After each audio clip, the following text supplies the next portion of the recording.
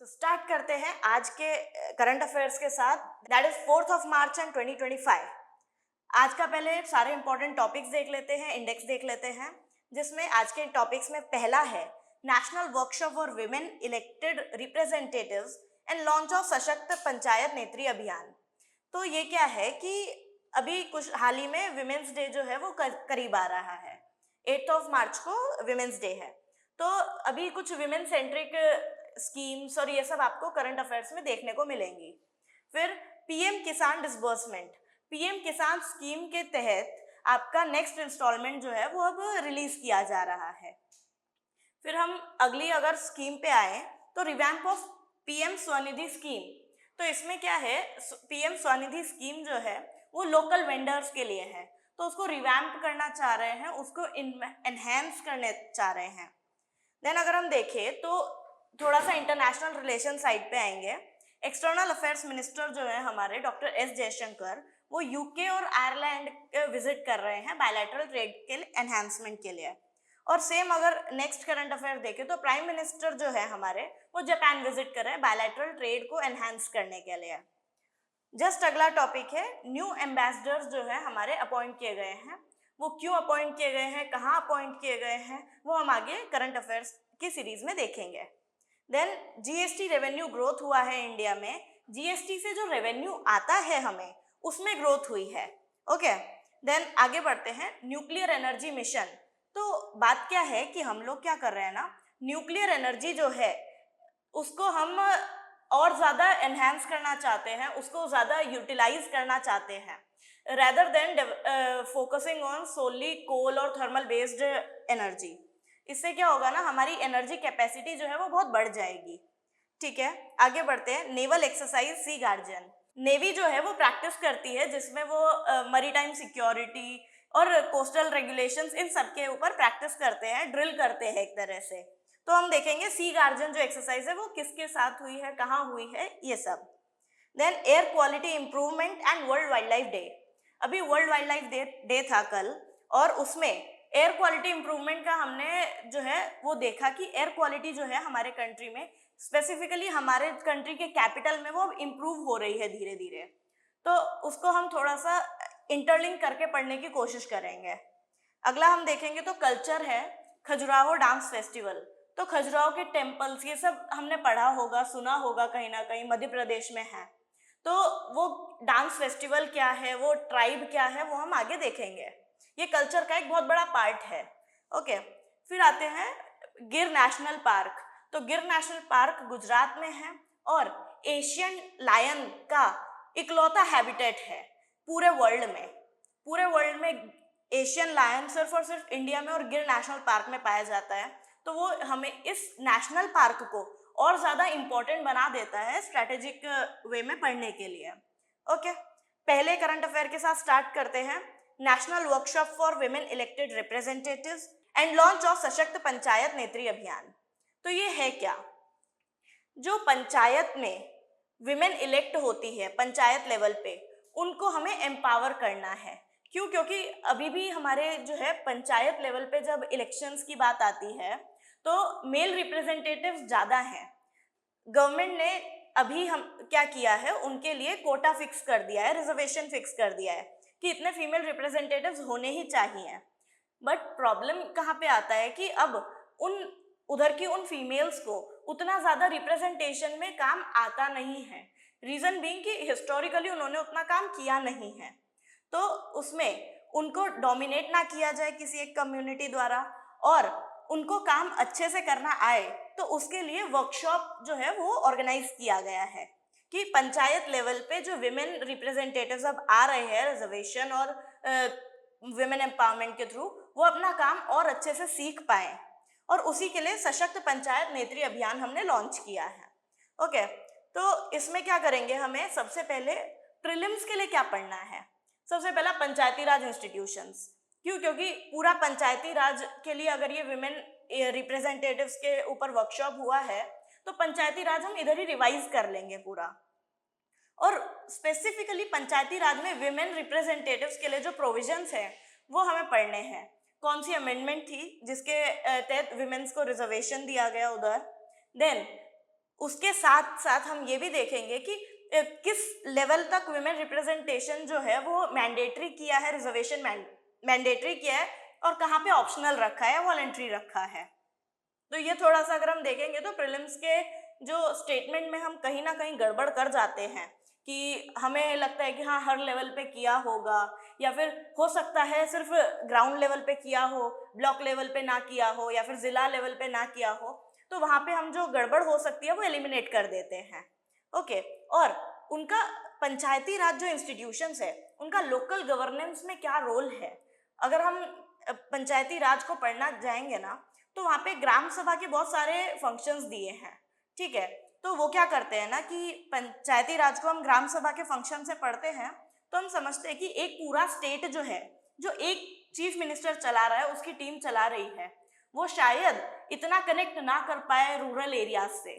ठीक है, तो उसके लिए वो क्या करते हैं, पंचायती राज इंस्टीट्यूशंस जो है हर रूरल एरिया का या 1 से 2 गांव का मिला के एक पंचायत बना दिया है, जिससे मिल के ग्राम सभा में सब लोग होते हैं, वो जो वोटर लिस्ट में होते हैं। ठीक है, तो वो लोग क्या करते हैं, मिल के डिसीजंस लेते हैं, फैसले लेते हैं और अपना काम अच्छे से आगे करते हैं। तो इसमें ये इंपॉर्टेंट हो जाता है कि उनका रोल क्या रहेगा लोकल गवर्नेंस में, ये मेंस का पार्ट रहेगा, बहुत इंपॉर्टेंट पार्ट है। ओके, फिर रिजर्वेशन ऑफ वुमेन और सशक्त पंचायत नेत्री अभियान जो है उसके की प्रोविजंस आपको देख लेने हैं। ओके, फिर अगर हम देखेंगे कि कैपेसिटी बिल्डिंग मेजर्स क्या है, पंचायती राज को हमने एम्पावर तो कर दिया है, लेकिन उसको एम्पावर करने के लिए कैपेसिटी कैसे बिल्ड करेंगे।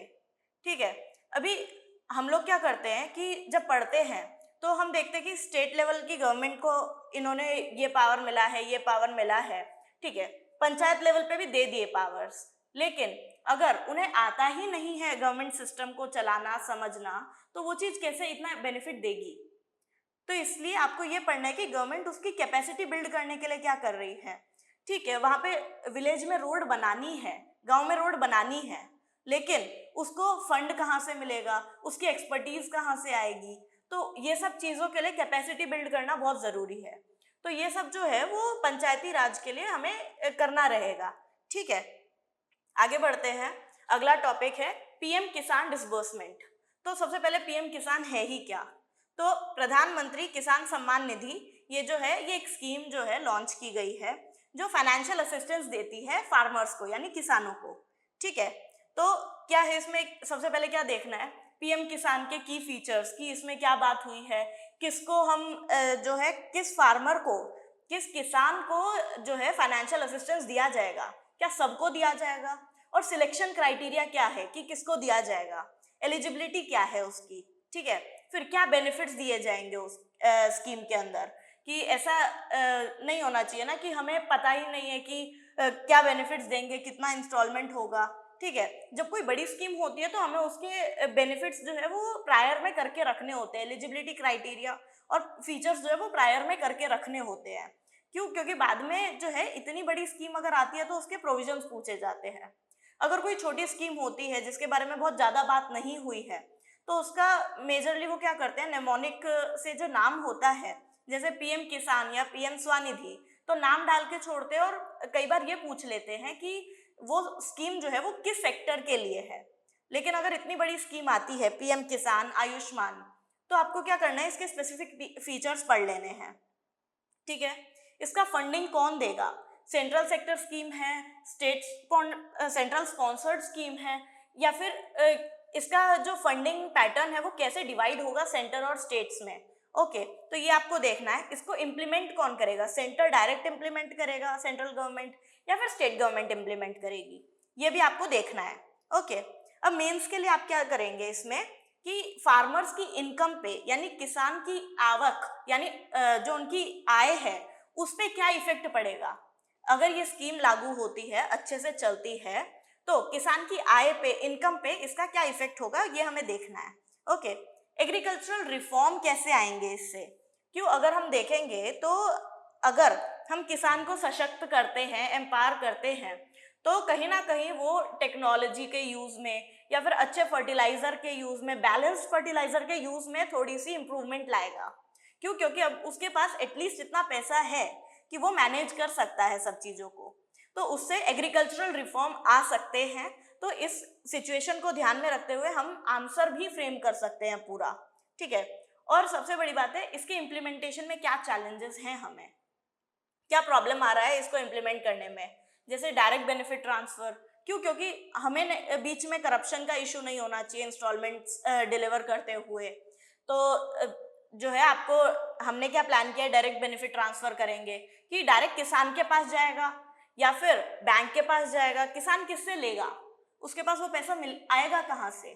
तो आपको सब ये भी देख लेना है, ठीक है, कि वो जो पैसा सेंटर से निकल के एक किसान के हाथ तक जा रहा है, तो किस किस हाथों तक जा रहा है और किससे लास्ट किसान के पास आ रहा है, और उसके बीच में क्या क्या ग्लिचेस आ सकते हैं। बिकॉज कल आप जब डीएम बनेंगे या फिर कहीं पे सेंट्रल सर्विस में लगेंगे या स्टेट सर्विस में लगेंगे, तो आपको क्या होगा, आप उसी एक प्रोसेस का हिस्सा होंगे, इसी चेन का, कि सेंटर के हाथ से निकल के चीज ओरिजिनल जिनके लिए है उनके पास जा रही है। तो उधर आपको पता होना चाहिए कि ग्लिच कहाँ पे हो सकता है और आपको कैसे सॉल्व करना है। ओके, तो यूपीएससी जो है ना, वो बेसिकली यही जानना चाहता है आपसे कि आप जब डीएम बनोगे या फिर जब आप सर्विस में आओगे तो आपको अपने ड्यूटीज अच्छे से पता है या नहीं पता है, आपको ये पता है कि वो सिस्टम कैसे चलता है, ताकि आपको बाद में इतना ज़्यादा प्रॉब्लम ना आए। ओके, आगे बढ़ते हैं। Revamp of PM Svanidhi scheme. PM Svanidhi scheme जो है वो क्या है, फुल फॉर्म क्या है, prime minister street vendors Atmanirbhar Nidhi scheme, ठीक है। तो ये किस लिए, जो लोकल लेवल पे वेंडर्स होते हैं, लारी लगाते हैं, रेडी लगाते हैं, उन लोगों को एम्पावर करने के लिए, सशक्त करने के लिए, आत्मनिर्भर बनाने के लिए स्कीम है, ठीक है।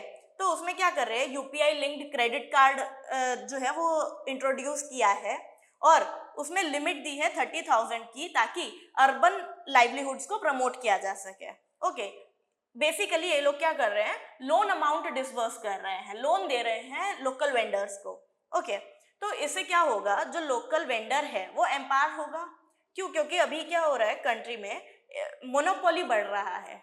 रीजन कि बहुत ऑनलाइन चीजें हो गई हैं। अब ऑनलाइन हो गई हैं, आप वेजिटेबल्स मंगाना हो, ग्रोसरी मंगाना हो, हम लोग बाहर जाने की बजाय क्या करते हैं कि ऑनलाइन ऑर्डर कर लेते हैं। तो वो कुछ के हाथ में जो है पूरा पावर आ गया है, और लोकल वेंडर जो है वो कैसे अपना जीवन चलाएगा उसकी वजह से।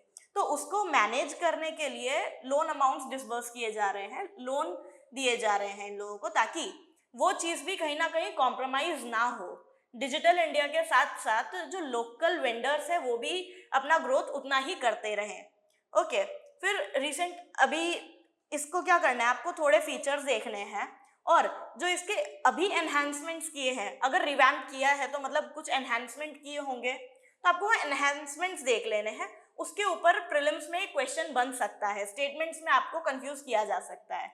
ओके, मेंस की बात आती है तो हम उधर ये देखेंगे, अर्बन इनफॉर्मल सेक्टर सपोर्ट। क्या है ना, ये लोकल वेंडर्स जो है ये फॉर्मल सेक्टर में नहीं आते हैं। जैसा कि हम जानते हैं कि अगर आप स्विगी करेंगे तो आपको कहीं ना कहीं किसी एक रेस्टोरेंट से ऑर्डर करेंगे, और वो रेस्टोरेंट जो है वो फॉर्मल सेक्टर का पार्ट है। ओके, लेकिन जब आप ग्रोसरी मंगाते हैं या फिर जब आप क्या बोलते हैं वेजिटेबल्स मंगाते हैं, तो वो किसी भी फॉर्मल सेक्टर का पार्ट नहीं है। आपकी सोसाइटी के बाहर या रोड पे जो एक लोकल वेंडर है, सब्जी वाले हैं, वो किसी फॉर्मल सेक्टर का पार्ट नहीं है। तो उसको, इनफॉर्मल सेक्टर को कैसे हमें अच्छे से सेट करना है, मैनेज करना है, सपोर्ट देना है, वो आपको मेंस के लिए पढ़ना होगा, ठीक है। डिजिटल फाइनेंशियल इंक्लूजन, अभी हमने देखा कि यूपीआई लिंक्ड क्रेडिट कार्ड्स उन्होंने स्टार्ट किया। तो क्यों किया, पैसा डायरेक्ट हाथ में भी दे सकते थे, लेकिन डिजिटल इंडिया हमें को फोर्स करना है, हमें डिजिटल फाइनेंशियल इंक्लूजन करना है। अभी हर किसी के हाथ में यूपीआई है, और लोकल वेंडर्स के हाथ में अगर नहीं होगा तो वो कहीं ना कहीं वो फाइनेंशियली इंक्लूडेड नहीं होंगे मेन स्ट्रीम इकोनॉमी में। तो इसके लिए डिजिटल फाइनेंशियल इंक्लूजन को आपको बहुत अच्छे से पढ़ना है। देन इसमें चैलेंजेस क्या आ सकते हैं, अपॉर्चुनिटीज क्या है हमारे पास, कि इस सब को ओवरकम कैसे किया जा सकता है, जो भी इश्यूज आ रहे हैं। ओके, आगे बढ़ते हैं। एक्सटर्नल अफेयर्स मिनिस्टर जो हैं वो यूके और आयरलैंड के यात्रा पे गए, तो वो क्या करेंगे, यूके और आयरलैंड जाएंगे और बायलैटरल रिलेशंस को स्ट्रेंथन करने की बात करेंगे। तो बायलैटरल रिलेशन क्या होता है, सबसे पहले हम ये देखेंगे बायलैटरल रिलेशन यानी एक कंट्री और दूसरे कंट्री के बीच में जो आपसी सहमति होती है वो होती है बायलैटरल रिलेशन। अब ऐसा ही अगर आगे बढ़े तो एक दो तीन कंट्रीज हैं तो क्या हो जाएगा, वो ट्राइलैटरल रिलेशन हो जाएगा, और बहुत सारे कंट्रीज मिलते हैं तो मल्टीलैटरल हो जाता है। ठीक है, तो यूके और आयरलैंड के साथ हमें क्या करना है, बायलैटरल रिलेशन बढ़ाने हैं, इंटरनेशनल इश्यूज पे बात करना है। ठीक है, तो इधर सबसे इंपॉर्टेंट क्या है, इधर सबसे इंपॉर्टेंट है कि यूके और आयरलैंड के साथ हमारे रिश्ते कैसे हैं। अगर हम हिस्टोरिकली देखें तो यूके के साथ हमारे रिश्ते उतने अच्छे नहीं रहे हैं।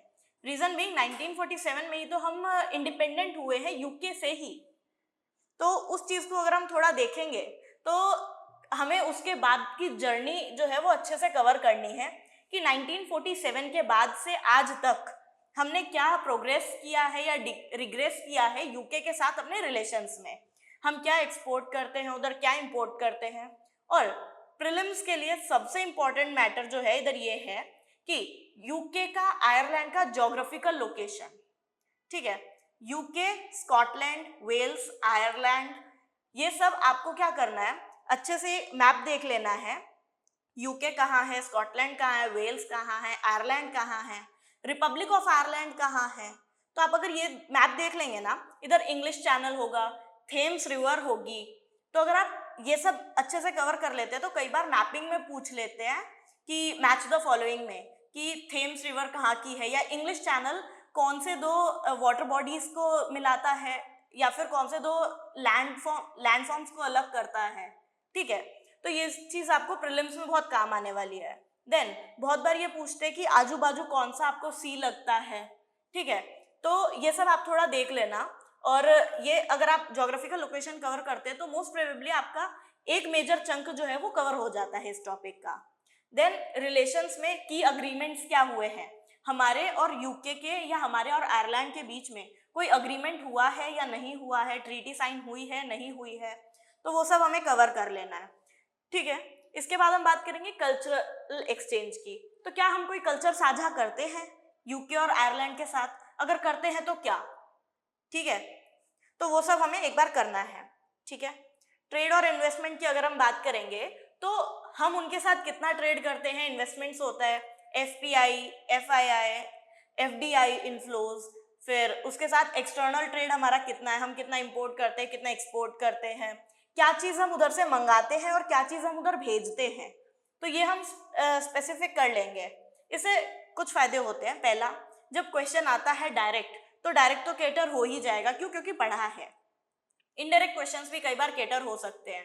जैसे अगर आपको ये पता है कि यूके से ये चीज़ हम स्पेसिफिक मंगाते हैं, तो अगर क्वेश्चन ज्योग्राफी का भी आता है कि यूके के क्लाइमेट के हिसाब से कौन सी चीज़ वहाँ पे उग सकती है या वहाँ पे क्या उगता है, तो हम क्या करते हैं, हम हिसाब लगाते हैं, हमने ये पढ़ा था कि यूके से हम ये मंगाते हैं तो ये चीज़ वहाँ के क्लाइमेट में सेट उग सकती होगी, तो उधर के क्लाइमेट के हिसाब से हम डिराइव करते हैं चीज़ें। बहुत चीज़ें यूपीएससी में आपको लॉजिक से डिराइव करनी होती हैं। ठीक है, तो करंट अफेयर सबसे बड़ा इंपॉर्टेंट तो वही हो जाता है कि हम डिराइव करने में बहुत काम आता है कि हाँ हमने ये पढ़ा था और वो चीज़ हम वाया वाया वाया करके हम यहाँ पे सेट कर सकते हैं। ओके, आगे बढ़ते हैं। डायस्पोरा के बारे में अगर सोचेंगे तो इंडिया के कितने लोग उधर हैं, उधर के कितने लोग इधर हैं, कमाते हैं, क्या करते हैं, तो वो चीज़ हम थोड़ा सा पढ़ लेंगे। उधर के सिटीजनशिप में क्या है सिस्टम्स, कि इंडिया के लोग अगर उधर जा रहे हैं तो सिटीजनशिप कैसे मिलती है, और ये सब हम थोड़ा देख लेंगे।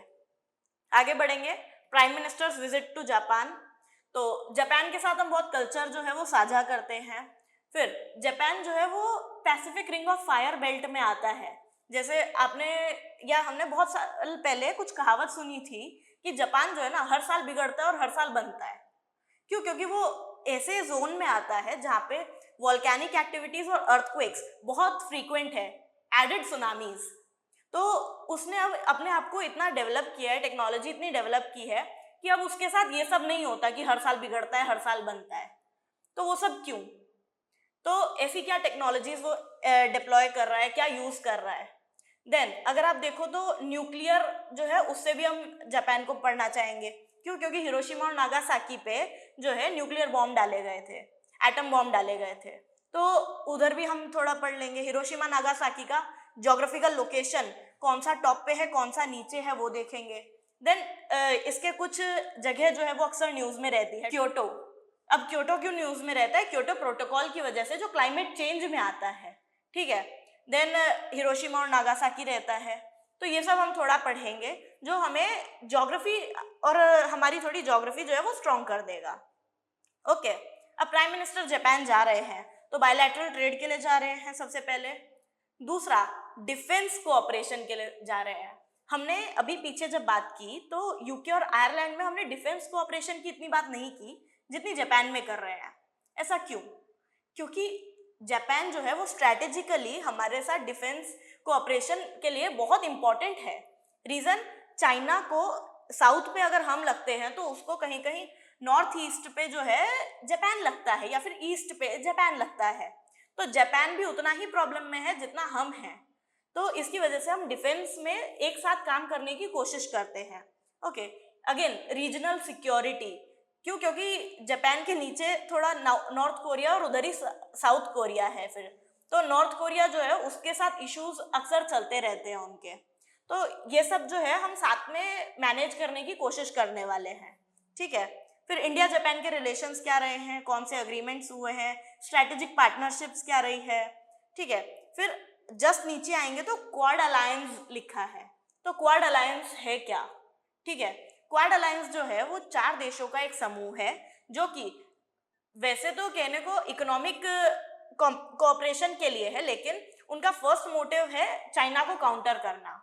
ओके, तो इसको हमें थोड़ा स्ट्रैटेजिकली पढ़ लेना है कि इसके लोकेशंस क्या हैं और ये कैसे काम करता है।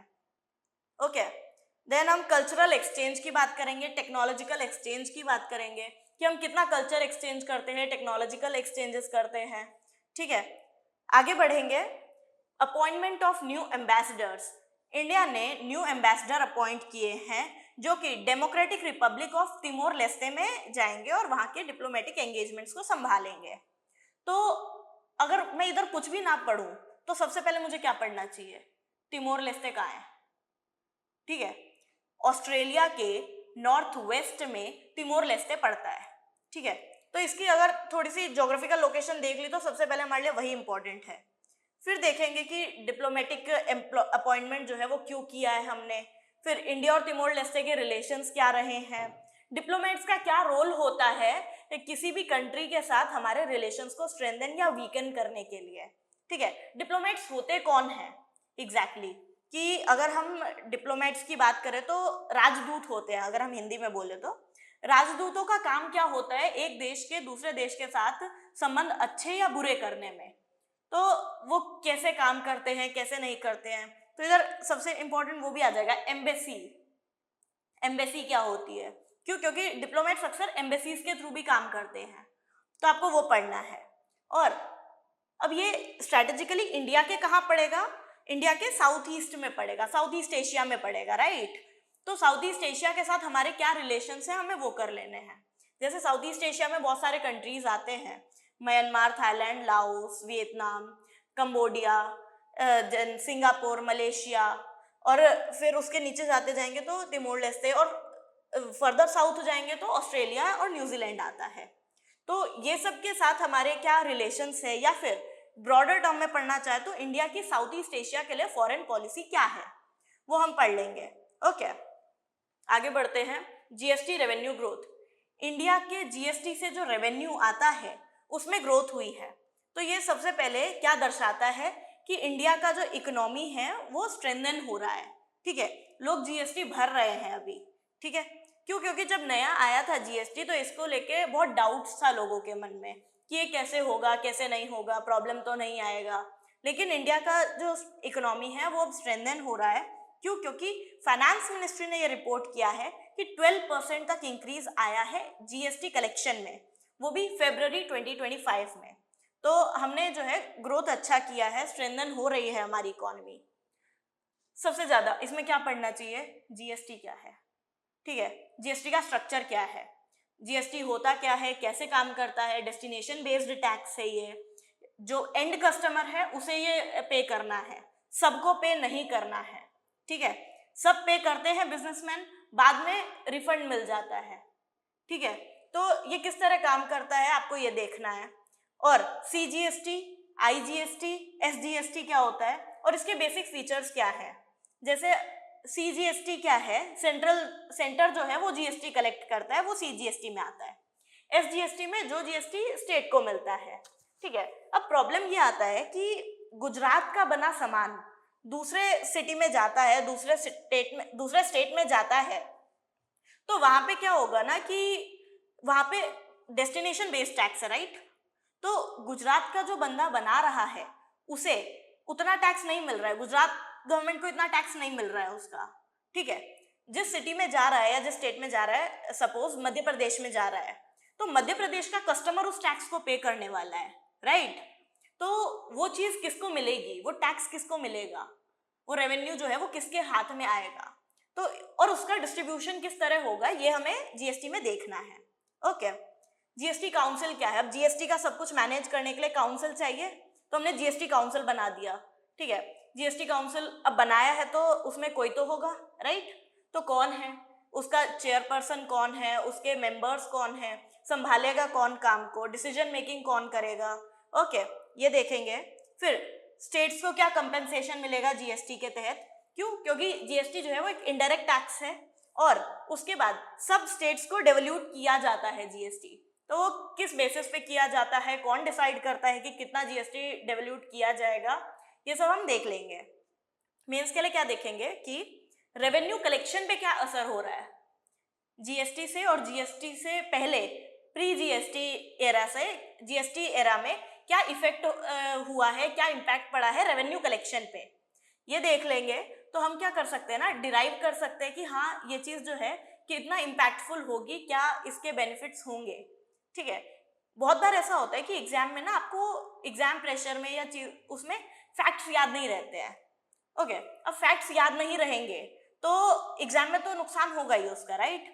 तो इसलिए हम क्या करते हैं, हम चीज़ों के बैकग्राउंड को समझ लेते हैं, उसके रीजंस कॉजेस को समझ लेते हैं, तो हम क्या फ़ायदा होता है कि हम आगे चीज़ें जो है लॉजिक लगा पाते हैं कि वो हो रहा है तो क्यों हो रहा होगा, क्यों, क्योंकि कुछ तो बैकग्राउंड सिचुएशंस बने होंगे ना जिसकी वजह से हमने कोई स्टेप लिया। ओके, आगे बढ़ते हैं। इसमें चैलेंजेस क्या आ रहे हैं जीएसटी इम्प्लीमेंटेशन में, ओके, और क्या कोई रिफॉर्म्स की ज़रूरत है तो क्या क्या किसी ने सजेस्ट किए हैं रिफॉर्म्स, कोई कमिटी रही होगी जिसने रिफॉर्म सजेस्ट किए होंगे, तो वो हमें देखना है, और क्या रिफॉर्म सजेस्ट किए और क्यों, वह देख लेंगे हम। देन न्यूक्लियर एनर्जी मिशन, सबसे पहले न्यूक्लियर एनर्जी होती क्या है हमें वही जानना पड़ेगा, है ना, कि न्यूक्लियर पावर जो है वो बनती कैसे है, फ्यूजन का इस्तेमाल होता है, फिजन का इस्तेमाल होता है, और उसको कैसे किया जाता है प्रॉपर्ली, ठीक है। न्यूक्लियर पावर स्टेशंस कहाँ कहाँ है इंडिया में, सबसे बड़ा न्यूक्लियर पावर स्टेशन कौन सा है, सबसे पुराना कौन सा है, और सबसे ज़्यादा कैपेसिटी वाला कौन सा है। तो ये सब हम थोड़ा अच्छे से अगर मैप बना के देख लेंगे ना तो एग्जाम में हमें बेनिफिट होगा, क्यों, क्योंकि बहुत बार ऐसा हो रहा है, यूपीएससी क्या करता है कि मैच द फॉलोइंग में डाल देता है कि काकरापार न्यूक्लियर स्टेशन इंडिया का सबसे बड़ा, या फिर कोई और न्यूक्लियर पावर स्टेशन इंडिया का सबसे पुराना न्यूक्लियर पावर स्टेशन। तो अपने को वो चीज़ वहाँ पे बेनिफिट हो जाएगी अगर हम एक मैप उठाएंगे और मैप में सारे ड्रॉ करके उसके स्पेसिफिक डिटेल्स जो है वो लिख लेंगे। उनकी कैपेसिटी नहीं लिखनी है कि इसकी कैपेसिटी इतनी है, इसकी कैपेसिटी इतनी है, इतने फैक्ट्स हैं भूल जाओगे। इससे अच्छा है खाली ये करना है, हाँ इसकी कैपेसिटी जो है वो सबसे ज़्यादा है, इसकी कैपेसिटी सबसे कम है, उससे ज़्यादा यूपीएससी फैक्ट्स में नहीं घुसता है, मेजॉरिटी केसेस में नहीं घुसता है, ओके। लेजिस्लेशन की बात करें कि न्यूक्लियर पावर जो है वो लेजिस्लेट कौन करता है, कोई एक्ट होगा, राइट। कोई भी चीज़ अगर देश में हो रही है तो किसी एक्ट के थ्रू हो रही है या फिर कॉन्स्टिट्यूशन के थ्रू हो रही है। तो कॉन्स्टिट्यूशन में हमने अगर नहीं देखा है एनर्जी को कहीं, तो हम क्या करेंगे, पार्लियामेंट की तरफ मुड़ेंगे, पार्लियामेंट की तरफ मुड़े, एटॉमिक एनर्जी एक्ट 1962 हमें मिल गया। अब उसके प्रोविजंस हम पढ़ लेंगे कि कौन इनको गवर्न करता है न्यूक्लियर पावर को, और कैसे डिस्बर्स होता है, डिस्कॉम्स के पास आता है, कहाँ जाता है ये एनर्जी, कैसे मैनेज होता है, ये हम इधर देख लेंगे। इंटरनेशनल अग्रीमेंट्स क्या है इसको लेके, Indo US nuclear deals, NSD waiver. अब क्या है ना कि हमने न्यूक्लियर टेस्ट किया जब, तो सबसे ज़्यादा प्रॉब्लम हमारे साथ यूएसए के साथ हुई थी, अगर आपने मूवीज देखी हो तो पोखरण अगर देखी हो तो पता चलेगा कि हमने बहुत छुप के, बहुत हाइडिंग में न्यूक्लियर टेस्ट किया था। क्यों किया था? क्योंकि यूएस जो है वो सैंक्शंस लगाना चाहता था। यूएस नहीं चाहता था कि हम जो है एक न्यूक्लियर पावर बन जाए।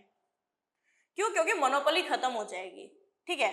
और हम चाहते हैं कि हम एनएसजी में आ जाए, न्यूक्लियर सप्लायर्स ग्रुप में आ जाए। ये जो इश्यूज है ये अक्सर हमारे बीच में टेंशंस क्रिएट करते हैं न्यूक्लियर पावर को लेके। तो हमें ये थोड़ा जो इशू है वो एक बार समझ लेना है, ठीक है। एनर्जी सिक्योरिटी में क्या चंक है न्यूक्लियर पावर का? आई गेस हमने कल भी बात की थी इस बारे में कि थर्मल, हमें एक पाई चार्ट बना लेना है और उसमें हमें ये डाल देना है कि कौन सी टाइप की एनर्जी हमारे कंट्री में सबसे ज़्यादा कंट्रीब्यूट करती है एनर्जी सिक्योरिटी में। तो अगर हम पाई चार्ट बना लेंगे ना, कई बार अगर ऐसे क्वेश्चन आते हैं कि ये जो एनर्जी हमारे कंट्री में बनती है अलग अलग सोर्सेज से, उसको क्रोनोलॉजिकल ऑर्डर में लगाओ, तो आपने पहले से सेट किया हुआ है कि हाँ न्यूक्लियर से सबसे ज़्यादा आता है, थर्मल से सबसे ज़्यादा आता है, तो आप उसे फटाफट जो है क्रोनोलॉजिकल ऑर्डर में लगा पाएंगे। आपको सोचना नहीं पड़ेगा बहुत ज़्यादा। ओके, चैलेंजेस क्या आएंगे हमें न्यूक्लियर एनर्जी को लेके? टेक्नोलॉजिकल चैलेंजेस हैं, वेस्ट डिस्पोजल चैलेंजेस हैं, या फिर सिक्योरिटी चैलेंजेस हैं, हमें ये सब देखने हैं। और अपॉर्चुनिटीज क्या हैं? लाइक पब्लिक प्राइवेट पार्टनरशिप हम कर सकते हैं, टेक ट्रांसफर हम कर सकते हैं, रिसर्च बढ़ा सकते हैं, तो वो सब हमें थोड़ा देखना होगा। देन अगर हम बात करें, हम नेवल एक्सरसाइज की है इंडिया ने, सी गार्जियन। ओके, तो नेवल एक्सरसाइज है, अकेले एक कंट्री नहीं करता है, कुछ कंट्रीज मिलके करते हैं। ओके, तो आपको सबसे पहले देखना है ये जो सी गार्जियन एक्सरसाइज है ये कौन सी कंट्रीज इसमें इन्वॉल्व हैं। ओके, देन सी गार्जियन नाम से ही पता चलता है नेवल एक्सरसाइज है। तो नेवल एक्सरसाइज क्या है? हमारी जो नेवी है वो ये प्रैक्टिस करती है कि अपने कोस्ट को कैसे सिक्योर किया जाए, मरीटाइम सिक्योरिटी यानी पानी में, समंदर में जो सिक्योरिटी है उसे कैसे इंश्योर किया जाए, तो ये हमें देखना है। असेट्स क्या होते हैं नेवल एक्सरसाइज में? वॉरशिप्स, सबमरीन्स, एयरक्राफ्ट्स, तो ये सब हमें पढ़ लेने हैं कि कितने प्रकार के हमारे पास वॉरशिप्स हैं, हमारे पास सबमरीन्स कितने टाइप के हैं, एयरक्राफ्ट्स कितने टाइप के हैं, ठीक है। अब ऐसा नहीं है कि हमें एक एक एयरक्राफ्ट आया और उसके पूरे पूरे डिटेल्स लेके बैठ गए, वो बहुत मुश्किल है, नहीं होगा और इतना ज़्यादा फ्रूटफुल भी नहीं है। यूपीएससी जो है वो अब कोशिश कर रहा है थोड़ा स्टैटिक की तरफ बढ़ने की। तो आपको क्या करना है, इनकी कैटेगरीज देखनी है, टेक्नोलॉजीज देखनी है, एवोल्यूशन देखना है कि कितने कैटेगरीज में ये वॉरशिप्स बटे हुए हैं और वो कैसे काम करती है, उसके अंदर जो टेक्नोलॉजीज है वो कैसे काम करती है, पहले हमारे पास क्या टेक्नोलॉजी थी और अब हम कितना एनहांस कर चुके हैं, वो देखना है। अब हर कैटेगरी में बहुत सारी टाइप के आपको वॉरशिप्स मिलेंगे, एयरक्राफ्ट्स मिलेंगे, सब करना बहुत टफ है। तो इससे अच्छा है आप थोड़ा कैटेगरी वाइज जाओगे तो आपको चीजें याद भी ज्यादा रहेंगी। ओके, आगे बढ़ते हैं। सिग्निफिकेंस क्या है इसका? ये जो एक्सरसाइज हम कर रहे हैं ये क्यों इंपॉर्टेंट है, इसके लिए क्या चैलेंजेस आने वाले हैं और इसके हम अच्छा कैसे कर सकते हैं, वे फॉरवर्ड क्या होगा, ठीक है। एयर क्वालिटी इंप्रूव हो रहा है दिल्ली का, क्यों हो रहा है, कैसे हो रहा है, क्या स्टेप्स उठाए थे, और दिल्ली में एयर क्वालिटी खराब होने का रीजन ही क्या है? अगर हम देखें तो दिल्ली अगर हमारी कैपिटल है तो बाजू में ही, दिल्ली के आजू बाजू ऐसे एग्रेरियन स्टेट्स है, राइट, जो कृषि करते हैं और पराली जलाना सबसे बड़ा प्रॉब्लम है उधर, ठीक है। फसल का सीजन खत्म हुआ, फसल काटी, अब वो जो पूरी फसल जड़ से तो उखाड़नी नहीं है, राइट, ऊपर से काटनी है, जो बच गई उसका क्या? उसको हटाने में इतना खर्चा जाएगा, मैन पावर जाएगी, तो लोग क्या करते हैं, आग लगा देते हैं, पराली जला देते हैं और उसकी वजह से धुआं जो है वो पूरा दिल्ली में घुसता है, ठीक है। पोल्यूशन बहुत है दिल्ली में, क्यों? क्योंकि व्हीकल्स बहुत ज़्यादा है, वहाँ का लैंडफिल्स बहुत ज़्यादा है उधर। तो ये सब इश्यूज जो है वो दिल्ली की एयर क्वालिटी को वर्सन करने में हेल्प करते हैं, ठीक है। अब ये तो हो गया वर्सन किया, एयर क्वालिटी खराब हो चुकी है, एयर क्वालिटी है क्या ये कौन जानेगा? एयर क्वालिटी को नापा कैसे जाता है? मैं आज यहाँ पे कहीं पे भी एयर को इकट्ठा करूं और उसे नापने बैठ जाऊं तो कैसे नापूंगी? मुझे कैसे पता चलेगा कि मेरी एयर क्वालिटी क्या है मेरे आसपास की, मैं कैसी सांस ले रही हूँ, ठीक है। तो उसके कुछ पैरामीटर्स हैं, AQI है, सफ़र है, इन सबको आपको कैटेगरी में डिफरेंशिएट करना है कि क्या कौन सा जो पैरामीटर है वो किस बारे में बात करता है। ओके, कौन से पल्यूटेंट्स है। अगर एयर क्वालिटी खराब है मतलब कुछ तो प्रदूषण करने वाली चीजें, पॉल्यूशन फैलाने वाली चीजें होंगी एयर में, राइट। तो कौन सी चीजें पॉल्यूशन फैला रही हैं और कौन सा जो पैरामीटर है, सफर, AQI, NAC, ये सब क्या मेजर करते हैं, कौन सा पॉल्यूटेंट मेजर करते हैं स्पेसिफिकली, और कौन से पॉल्यूटेंट का स्पेसिफिक रोल रहता है उसको जो है मैनेज करने में, पॉल्यूशन और ज्यादा फैलाने में, ठीक है, ये आपको देखना है। फिर साथ ही में वाइल्ड लाइफ डे सेलिब्रेशंस जो है वो कोइंसाइड हुए हैं, राइट। तो अभी हमने वाइल्ड लाइफ डे सेलिब्रेशंस भी किए हैं। वाइल्ड लाइफ डे सेलिब्रेशंस अगर हमें पढ़ना है तो वाइल्ड लाइफ प्रोटेक्शन एक्ट 1972 पढ़ना ही पड़ेगा, ठीक है। वाइल्ड लाइफ प्रोटेक्शन एक्ट 1972, अगर हम 1972 ईयर की स्पेसिफिक बात करें तो उस साल स्टॉकहोम कॉन्फ्रेंस हुआ था, ठीक है। तो स्टॉकहोम कॉन्फ्रेंस होते ही हमने करीब करीब वाइल्ड लाइफ प्रोटेक्शन एक्ट ले आए थे। तो ऐसा क्या हुआ स्टॉकहोम में कि हम वाइल्ड लाइफ प्रोटेक्शन एक्ट ले आए अपने कंट्री में। तो उसमें इंडिया का क्या रोल है, वाइल्ड लाइफ प्रोटेक्शन एक्ट के की फीचर्स क्या है, प्रोविजंस क्या है, वो हमें पढ़ने हैं। ओके, वाइल्ड लाइफ कंजर्वेशन के लिए हम लोग क्या कर रहे हैं, नेशनल क्लीन एयर प्रोग्राम ला रहे हैं एयर पोल्यूशन के लिए। तो ये सब जो है दोनों के स्पेसिफिक जो हम सॉल्यूशंस है वो हमें पढ़ने हैं। ओके, तो अगर वाइल्ड लाइफ प्रोटेक्शन एक्ट की बात करोगे तो उसका सीधा मतलब होता है बायोडाइवर्सिटी, राइट। जो स्पीशीज है, प्रजातियां हैं, उनको बचाना है।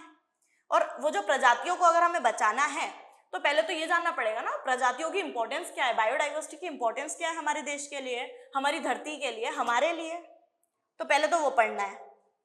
और जो सबसे इंपॉर्टेंट स्पीशीज जिन्हें हम प्रोटेक्ट कर रहे हैं उनको पढ़ना है, ठीक है। जैसे project tiger, project elephant, lions, rhinos, इन सबको हम प्रोटेक्शन करते हैं, प्रोटेक्शन देते हैं। तो ये इनके बारे में, इनके हैबिटेट के बारे में हमें ना थोड़ा बहुत पढ़ लेना है। यूपीएससी इसके बारे में स्पेसिफिक इनके हैबिटेट के बारे में क्वेश्चंस पूछ सकता है।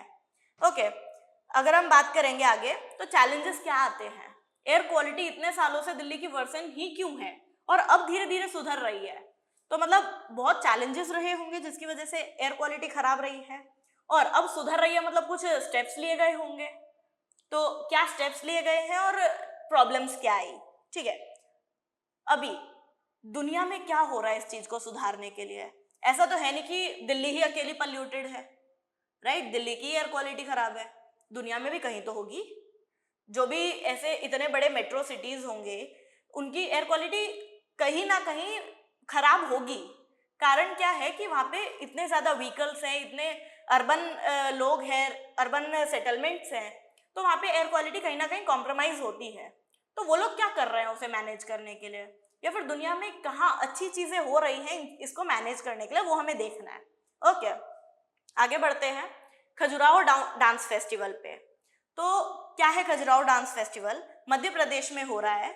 जो खजुराहो जो एरिया है, खजुराहो जो कम्युनिटी रही है, उनके dance forms, classical dance forms को वो प्रदर्शन करते हैं। ओके, लोकेशन, पहले सबसे पहले खजुराहो की लोकेशन आपको जाननी है।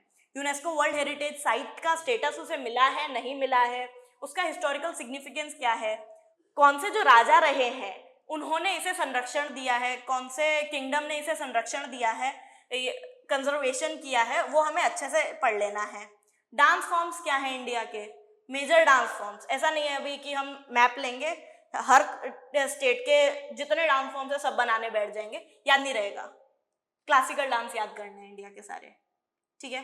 क्लासिकल डांस और उनके स्पेसिफिक फीचर्स के साथ, भरतनाट्यम है तो उसके स्पेसिफिक फीचर्स क्या है, कुचिपुड़ी के स्पेसिफिक फीचर्स क्या है, आपके कथकली के स्पेसिफिक फीचर्स क्या है, सतरिया, मणिपुरी, कथक, इन सब के स्पेसिफिक फीचर्स आपको पढ़ने हैं। ओके, टूरिज्म को कैसे इनवाइट करेगा ये हमारे कंट्री में। अगर कहीं पे डांस फेस्टिवल इतना अच्छा हो रहा है तो टूरिज्म तो बढ़ेगा, राइट। तो टूरिज्म को कैसे मैनेज किया जाएगा और वो टूरिज्म को प्रमोट कैसे करेगा। ओके, इंडिया के कल्चरल हेरिटेज कितने हैं, यूनेस्को वर्ल्ड हेरिटेज साइट में कितने इंडिया के साइट्स लोकेटेड हैं, इंडिया का कल्चरल हेरिटेज जो है उसको आप एक ओवरव्यू में पढ़ लेंगे तो इम्पोर्टेंट हो जाता है। क्या प्रॉब्लम आ रहा है, इसको फंडिंग नहीं मिल रहा है, इंफ्रास्ट्रक्चर नहीं मिल रहा है, ऑडियंस नहीं मिल रही है, ये इतना ज्यादा उभर के क्यों नहीं आता है, राइट। देन ये जो है कैसे एक अपॉर्चुनिटी क्रिएट कर सकता है इंडिया के लिए, लोकल और स्टेट और इवन सेंट्रल और इंटरनेशनल लेवल पे। तो ये हम थोड़ा सा देख लेंगे। आगे बढ़ते हैं। आज का लास्ट टॉपिक, गिर नेशनल पार्क। तो एशियाटिक लायन को प्रोटेक्ट करने के लिए एक कंजर्वेशन इनिशिएटिव जो है गिर नेशनल पार्क में लॉन्च किया गया है। ओके, अभी इधर सबसे इंपॉर्टेंट ये है कि एशियाटिक लायन पूरे वर्ल्ड में सिर्फ और सिर्फ गिर नेशनल पार्क में पाया जाता है। ओके, तो एशियाटिक लायन को इसलिए भी पढ़ना बहुत जरूरी है, क्यों? क्योंकि इंडिया में ही मिल रहा है, गिर नेशनल पार्क में ही मिल रहा है। ठीक है, तो इसके हैबिटेट वगैरह आपको सब पढ़ लेना है एशियाटिक लायन का। ठीक है, कंपेयर कर लेना है अफ्रीकन लायन से। ठीक है, क्यों? क्योंकि यूपीएससी कंपैरिजन में भी क्वेश्चन पूछ सकता है। ओके, तो हैबिटेट पढ़ लिया, ज्योग्राफिकल फीचर्स पढ़ लिया कि वो उसी जगह पे क्यों रहता है, कन्फाइंड क्यों है, बाहर क्यों नहीं है। ठीक है, वहां पे कौन सी फ्लोरा है, फौना है, यानी कौन से और जानवर पाए जाते हैं गिर में एशियाई शेर के अलावा। तो वहां पे कौन से पादप प्रजातियां यानी वनस्पति पाई जाती है, फ्लोरा पाया जाता है। ठीक है, और एशियाटिक लायन को कैसे उधर मैनेज किया जा रहा है। ठीक है, लायन सेंसस, प्रोजेक्ट लायन, ये हमें अच्छे से करना है। अभी लायन सेंसस और टाइगर सेंसस ये दोनों होते हैं हमारे कंट्री में, और दोनों अलग अलग लोग करते हैं। तो कौन करता है इन दोनों को, कंपेयर करके अगर आप एक बार पढ़ेंगे ना तो आपको आगे जाके बेनिफिट होगा। ठीक है, अगर आप देखेंगे तो चीफ वाइल्ड लाइफ वार्डन जो है वही जो है लायन सेंसस करता है, पर टाइगर सेंसस के लिए एक अलग से ऑर्गेनाइजेशन है। ठीक है, तो इन दोनों का आप कंपैरिजन में पढ़ लेना।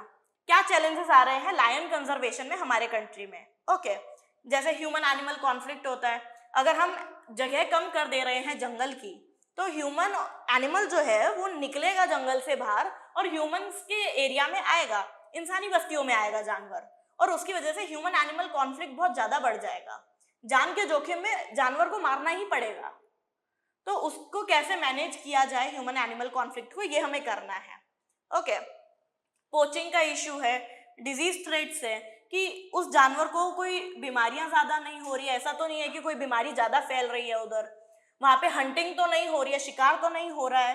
तो ये हमें देखना है क्या सोल्यूशन हो सकते हैं। जैसे सोल्यूशन जरूरी नहीं है कि हम सिर्फ और सिर्फ बेसिक चीजों की बात करें, कॉरिडोर डेवलप किया, कंपेंसेशन दिया, कम्युनिटी पार्टिसिपेशन किया, टेक्नोलॉजी भी यूज कर सकते हैं, राइट? ट्रैकिंग हो सकती है, हम जीपीएस ट्रैकर्स लगा सकते हैं, और इन सब के थ्रू हम ट्रैक कर सकते हैं कि कौन सा जानवर कहाँ है, और उसके साथ हम उसके हैबिटेट को भी ट्रैक कर सकते हैं। तो ये सब हम जो है सॉल्यूशंस में देखेंगे, और आगे सस्टेनेबल वाइल्ड लाइफ को कैसे मैनेज किया जा सकता है वो हमें समझना है। ओके, इसके साथ हमारे आज के टॉपिक्स खत्म होते हैं, और आपको क्या करना है, अभी इन सब के नोट्स अच्छे से बनाने हैं और उसको रिवाइज करना है। जहां ये स्टैटिक में है, आपके स्टैटिक पोर्शन में, वहीं पे अटैच कर देना इन्हें। उससे क्या होगा ना, जब आप स्टैटिक रिवाइज करोगे साथ के साथ आपका करंट रिवाइज हो जाएगा, आपको पता भी नहीं चलेगा कब आपका रिवाइज हो गया, आपको अलग से सेक्शन नहीं देना पड़ेगा उससे। ओके, इसके साथ हम आज का टॉपिक खत्म कर रहे हैं। हम कल नया करंट अफेयर लाएंगे, कल की तारीख का, और इसी तरह हर टॉपिक को एनालिसिस करते जाएंगे। और कोई भी टॉपिक आपसे मिस ना हो उसके लिए सब्सक्राइब कीजिए, बेल आइकन दबाइए। Thank you.